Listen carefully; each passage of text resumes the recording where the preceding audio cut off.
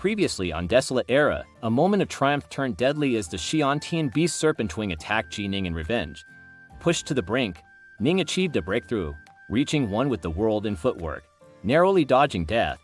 His father, Yichuan, intervened, forcing Serpent Wing to flee and giving chase himself, leaving the young Ning alone to face the aftermath. The hunt is on, but the path forward for Ning is uncertain. While his father hunted the dangerous Serpent Wing across the vast lands of Swallow Mountain, Ning didn't remain idle. The encounter had been a harsh lesson in the disparity of power. He redoubled his training efforts, pushing his limits in the Crimsonbright Diagram, his ki refining, and especially his sword arts, the Raindrop Sutra and Thunderflame sword. He also focused on mastering his newfound one with the world footwork, understanding that agility and evasion were just as crucial as offense. During this time, an event tested Ning's character. A man named Blacktooth, a former servant of the Ji clan whose tribe was destroyed, came seeking his daughter, Ning's maid, Springgrass. Blacktooth had rebuilt his tribe and wished for his daughter to return. Ning, despite his youth, listened patiently to Blacktooth's story. Recognizing the bond between father and daughter and respecting Blacktooth's efforts, Ning made a decision that surprised many in the hierarchical clan structure. He freed Springgrass from her servitude, allowing her to reunite with her father and join the new Blacktooth tribe.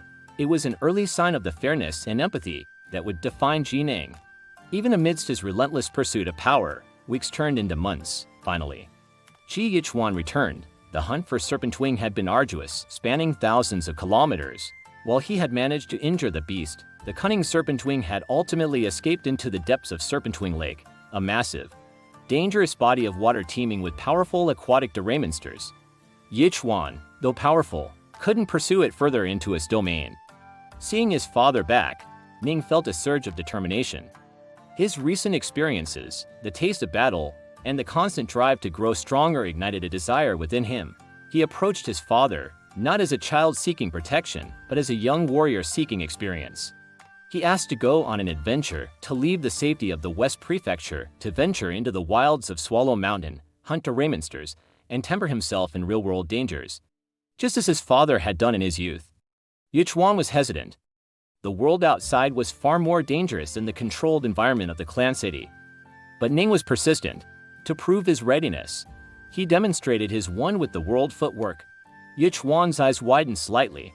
To reach such a level of insight at Ning's age was extraordinary. He saw the same unwavering determination in his son's eyes that he himself possessed. He agreed, but with a condition: Ning must first participate in and win the upcoming Golden Sword ceremony, a competition held every few years for the younger generation of the Ji clan's West Prefecture. Winning would prove his strength among his peers. Failure meant staying put. Ning readily accepted the challenge. His mother, Yuchi Snow, added her own condition: he must take his loyal maid, Autumn Leaf, and the sturdy guard Mo Wu with him for support and safety. Ning agreed, his heart already soaring towards the horizon. The Golden Sword ceremony arrived. Ning, wielding his dual Dark North swords, was a force of nature. His one with the sword mastery, combined with his one with the world footwork, and the synergy of the Raindrop Sutra and Thunderflame sword, overwhelmed his opponents. He moved like a phantom, his swords a blur of offense and defense. He claimed victory decisively, earning the coveted Golden Sword and, more importantly, his father's permission to embark on his journey. With preparations made, maps studied, supplies gathered, Ning, accompanied by Autumn Leaf and Mo Wu, finally stepped out of the familiar confines of the Ji clan's West Prefecture and into the vast and tamed wilderness of Swallow Mountain. This was not just a journey through forest and mountains, it was a journey into the heart of the cultivation world, a path paved with danger, discovery, and growth. The initial stages of his adventure were a whirlwind of combat. Ning actively sought out monsters, testing his skills, honing his swordplay, and accumulating combat experience. He faced beasts stronger and fiercer than those in the arena. Each fight was a lesson, each victory a step forward. Mo Wu provided steadfast support, while Autumn Leaf managed their daily needs, allowing Ning to focus entirely on cultivation and combat. One day, deep in the wilderness, they stumbled upon a chase. A man, radiating the aura of a Xiantian lifeform but clearly injured, was being hunted by warriors from the aggressive Riverfang clan. This man was Xianxia. Seeing the injustice, Ning didn't hesitate. He intervened, using his superior skills and footwork to help Xianxia fend off and escape the pursuers. impressed by Ning's strength and righteousness despite his youth.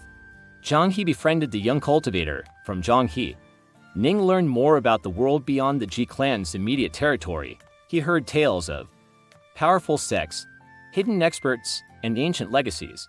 Most intriguing was Zhang He's mention of a mysterious place known as the Aquatic Manor, an underwater estate left behind by a powerful immortal cultivator from ages past, rumored to hold incredible treasures and opportunities. The name lodged itself in Ning's mind. Continuing their journey, Ning and his companions traveled towards the eastern edges of Swallow Mountain, nearing the territory of another major clan, the Ironwood clan. They found the Ironwood clan embroiled in conflict, not with other clans, but with a massive tide of Deraymonsters pouring out from the nearby Deraymonster Mountains. Seeing fellow humans under siege, Ning once again chose to help, joining the fray alongside the Ironwood warriors. During these battles, Ning encountered two familiar faces, Ji Trukeep and Ji Shadow, cultivators from the Ji clan's East Prefecture whom he had met briefly before. Fighting side by side against a monstrous tide, they gained a mutual respect.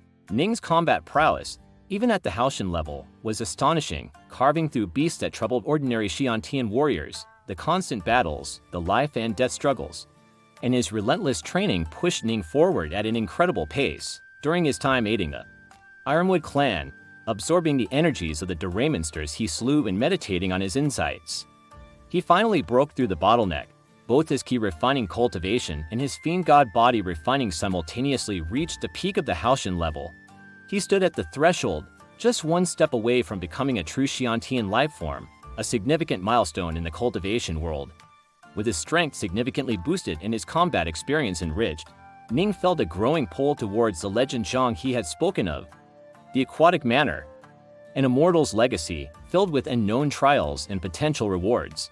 It represented a chance for a qualitative leap in power, an opportunity he couldn't ignore on his path to controlling his own destiny. Having reached the peak of the Haoshan realm and proven his mettle in the wilds, Ning sets his sights on a new, perilous goal, the mysterious aquatic manor hidden beneath the waters. What secrets does this immortal's legacy hold? What dangers lurk within its depths, and can Ning overcome them to seize the opportunities inside? Get your answer to these questions in the next episode. Don't forget to like, subscribe, and hit that bell so you don't miss it.